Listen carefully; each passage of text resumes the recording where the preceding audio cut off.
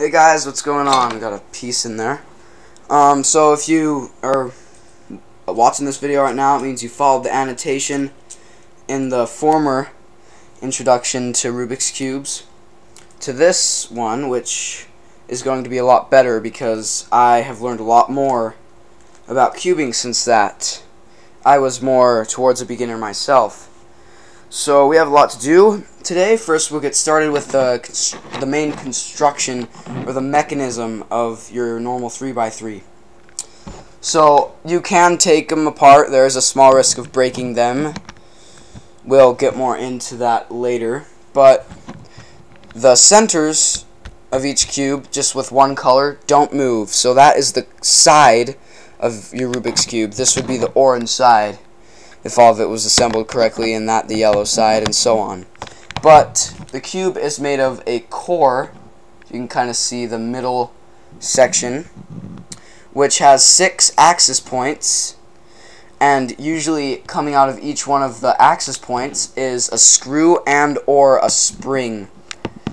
And you can pull these center caps off, and there's the screw, which you can use a screwdriver to loosen or tighten what it's called tension of the cube, which you don't really need to get into a whole lot of that at the moment, because if you're just beginning, that's not really one of the things that you want to focus on. But that's how it's made. The pieces with two, as I said, the pieces with one color are called a center. The pieces with two, such as this one right here, called an edge, and the pieces with 3, such as this one, called a corner. 8 corners, 12 edges, 6 centers. Yeah, basically all I need to know. And the pieces of this particular Rubik's Cube, everyone is a little different.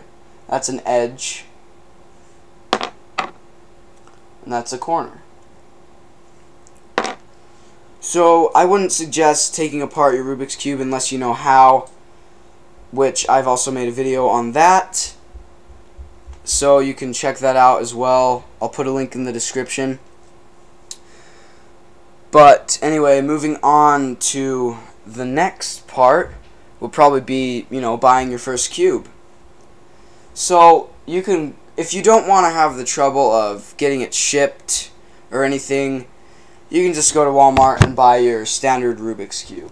It's not going to be your best cube that you'll ever turn, but it's nice for beginning and learning how to solve the actual cube.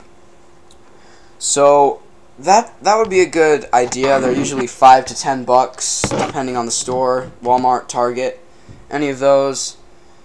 But if you really do want to jump right into it and you think you're going to move very fast, then you could get a better cube on a site, on a website, get it shipped to you. But I would recommend watching reviews, several reviews, and seeing which cube would be best for you, because each cube is a little different, and depending on what your standards are, well, your cubing standards are, and if you're a beginner you might not even have those. It really fluctuates depending on, all that kind of stuff, what you like, that kind of thing. But as you know, there are, of course, the 2x2 through 7x7 Rubik's Cubes, which are, basically the standard competing Rubik's Cubes. And then there's also the 8x8, there's an 11x11, and a bunch of different dimension ones, a bunch of different shaped ones. Too many to count, too many for me to tell you in this video. Do a lot of research, and you can find some more different types of puzzles that will be fun to you. Some are more popular than others, of course, but I'm just trying to broaden your scope a little bit about Rubik's Cubes, because most people only see the 3x3 and maybe, a 2x2, a 4x4, a 5x5. But there's a lot more than that, so do research on that, because you don't have to do these normal 3x3s. You might want to learn them, though. It's in your best interest, because some puzzles require that, or at least are easier to solve if you know how. So yeah, moving on to if you don't like the speed of your cube, if you think it's too slow, if you think it doesn't move fast enough, you can always lubricate it. Don't lubricate it with anything oil-based, such as Vaseline, petroleum jelly. I used to do that until I learned that it actually takes a small layer of plastic off of your cube, which it's not very harmful, but it's really not a good idea. So what I use, you can buy it from Walmart, is just CRC heavy-duty silicone. You can just buy it at Walmart.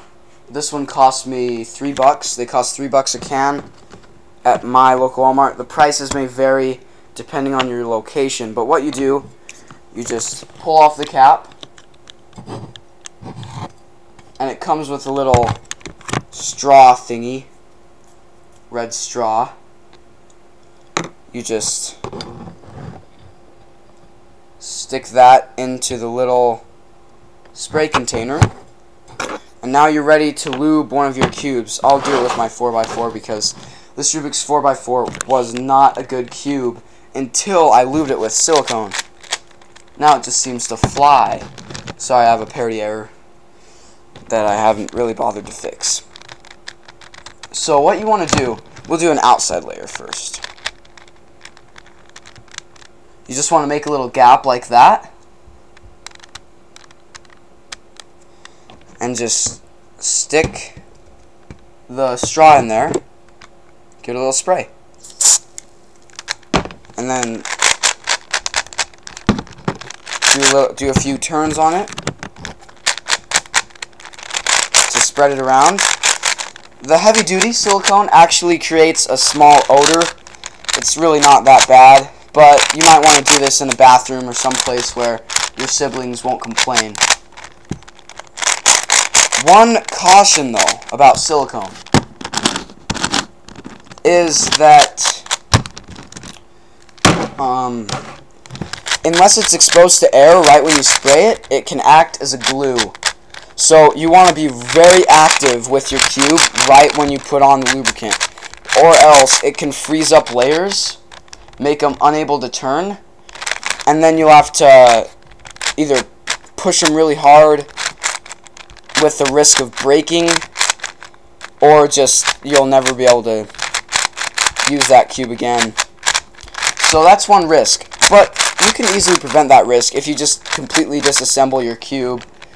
Then that risk is gone because it is exposed to air right away.